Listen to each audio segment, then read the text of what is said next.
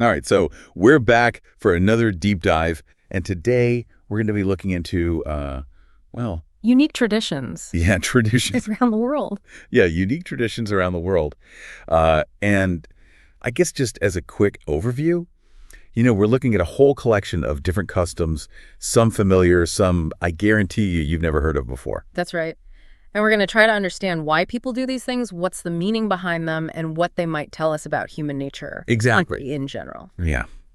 So to kick things off, we're going to head over to India, and this one's a real head scratcher. In certain parts of India, they actually throw babies from temples. They do. Yeah. From a height of about 50 feet. I mean, what? Onto a sheet held by people below. It's a pretty dramatic visual, to say the least. Yeah. I mean, what goes to your mind if you're a parent and they're like, okay, time to throw your baby off the temple? What is the point of this? Well, the people who practice this tradition believe that it brings good health and fortune to the child. They see it as a kind of blessing, but of course, from an outside perspective, it can seem pretty dangerous and even cruel. Yeah. I mean, is this like, are people trying to stop it, or is this just like a completely accepted thing? Well, there have been attempts to restrict the practice, for safety reasons, but it's still going on in some communities. It's deeply rooted in their culture and beliefs, so it's not an easy thing to change. Right. I mean, it really makes you think about what we consider normal or acceptable, right? Right. Like what seems totally crazy in one culture might be perfectly ordinary in another. Exactly. And that's part of what makes studying traditions so fascinating. It's a window into different ways of seeing the world. Absolutely. Okay, so let's shift gears to something a little less intense. How about Day of the Dead in Mexico?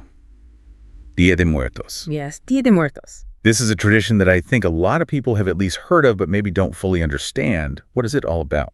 Well, unlike in many cultures where death is seen as something to be feared or mourned, in Mexico, they celebrate it. They believe that the spirits of their loved ones return to visit during this time, and they welcome them with food, drinks, music, and decorations. This is like a big party for the dead. Kind of. It's a very colorful and lively celebration. Families build altars in their homes and decorate them with sugar skulls, marigolds, and offerings of the deceased's favorite foods and drinks. Sugar skulls, I've seen those. They're really interesting looking. They are, and they come in all shapes and sizes and are often decorated with very intricate designs. So this whole celebration, it's based on the belief that the spirits actually come back, like they're physically present. Yes. And the families believe that by honoring their loved ones in this way, they're helping them on their journey in the afterlife. It's definitely a very different perspective on death than what we're used to in a lot of Western cultures. Yeah. It's interesting to think about how that might shape your whole outlook on life and death, knowing that you're going to be celebrated and remembered in this way. Definitely. It can create a very strong sense of connection even after someone is gone. Okay. So we've talked about babies being thrown from temples and parties for the dead. Where are we going next? How about the Omo Valley in Ethiopia Ethiopia. and Sudan, Okay.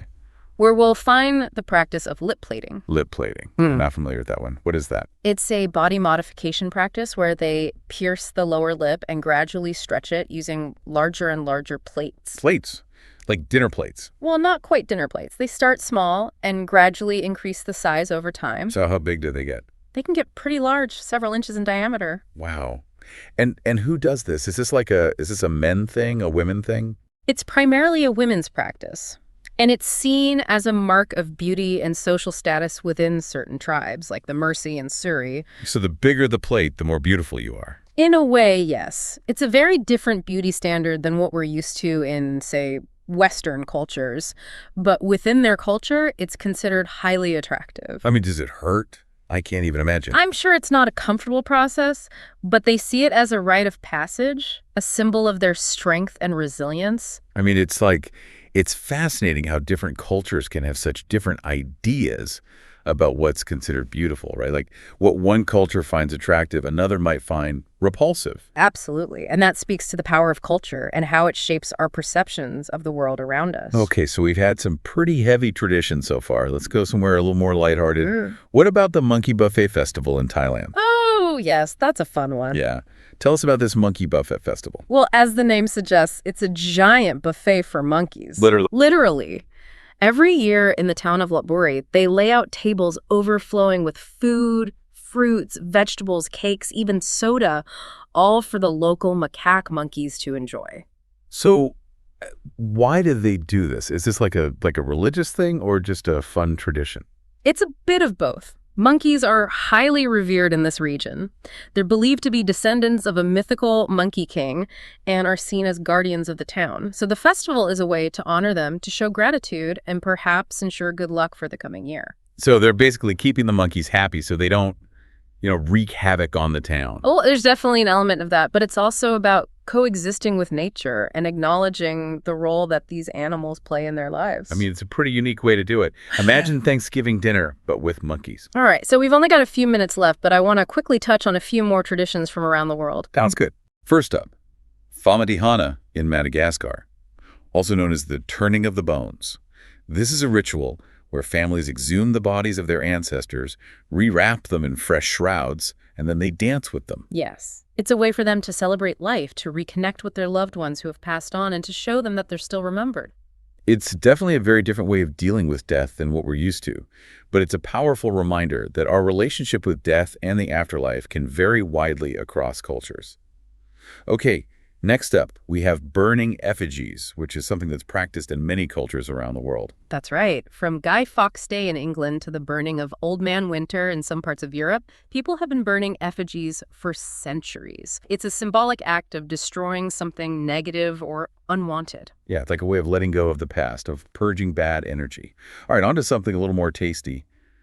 The Bunya Nut Festival in Australia. Ah, yes. This is a celebration of the bunya nut, a vital food source for indigenous communities in Australia. The festival involves feasting, storytelling, and traditional ceremonies. It's a time for people to come together, to share their culture, and to celebrate the bounty of the land. It sounds delicious and culturally significant all at the same time. All right, next up we have gasing in Malaysia. This is a traditional top-spinning game that requires a lot of skill and precision. It does. And the tops themselves are often beautifully crafted works of art. It's a game that's been passed down through generations and is still very popular today. And finally, we have two traditions that are all about physical prowess and courage. The running of the bulls in Spain and Kushti, Indian wrestling.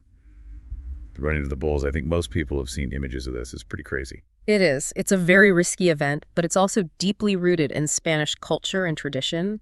It's a test of bravery and a celebration of their heritage. In Kushti, Indian wrestling, is this just a sport or is there more to it? It's much more than just a sport. It's a way of life, a discipline that involves strict training, diet, and a deep connection to spirituality. Wrestlers live and train together in akharas, traditional wrestling grounds, and they follow a very regimented lifestyle. So it's about developing your mind and body as one. Exactly. It's a holistic approach to physical and spiritual development. So we've covered a lot of ground today, from baby throwing to lip plating to monkey buffets. What's the takeaway here? What have we learned about human nature through exploring these unique traditions?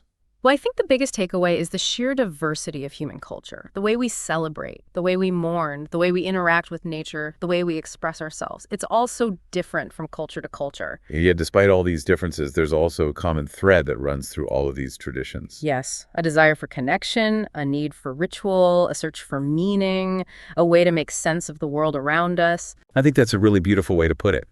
So what do you think? What are your takeaways from our deep dive into these unique traditions?